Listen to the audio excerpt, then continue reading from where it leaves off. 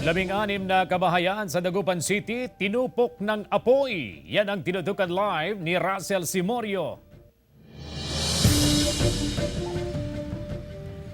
Russell. Si Jay nag-iwan ng trauma sa mga bata at residente itong nangyaring sunog dito sa Barangay Pantal, Dagupan City. Labis na nanlulumo ang mga pamilyang biktima ng sunog.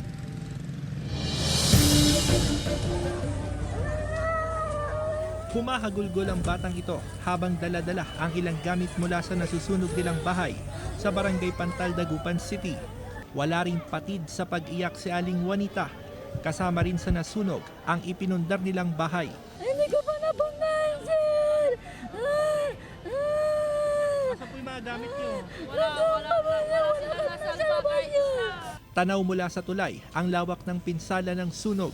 Sa isang iglap na wala ng tirahan ang ilang pamilya dito sa Sitio Patalan, Barangay Pantal, Dagupan City dahil sa sumiklab na sunog. Nagtulong-tulong na ang mga residente at mga bombero sa pag-apula sa apoy. Ang nagiging problema lang sa ngayon ng mga otoridad ay mahirap mapasok ang ilang bahay dahil makitid ang daan. Ayon sa mga residente, bago magtanghali kanina nang sumiklab ang sunog, una raw silang nakarinig ng malakas na putok bago sumiklab ang apoy. Mabilis na kumalat ang apoy dahil yari sa light materials ang mga bahay.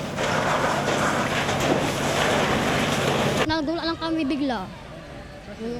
Kasi biglang nasunog kasi nung tumaas na yung sunog.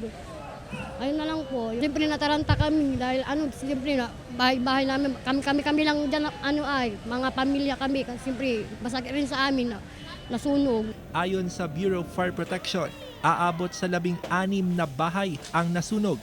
Patuloy ang investigasyon ng mga bombero sa sanhi ng sunog. Mga minor details na po kami. Then na-identify na po namin kung saan nagsimula yung kaninong bahay po yung pinagmulan ng sunog. Sa dami po ng tao doon lang tayo medyo nahirapan. Pero yung responde po natin is mabilis po. Nananawagan ng tulong ang mga biktima ng sunog.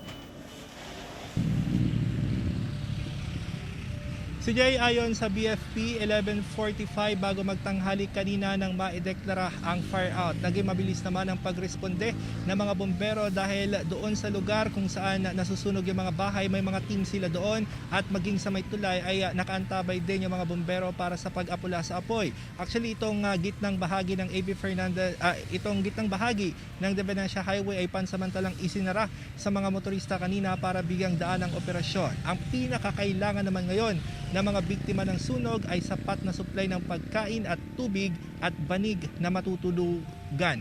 Sa ngayon ay nagstay muna sila sa mga bahay na hindi nadamay sa sunog habang yung iba ay bumalik sa kanilang mga bahay na nasunog. Yan muna ang latest.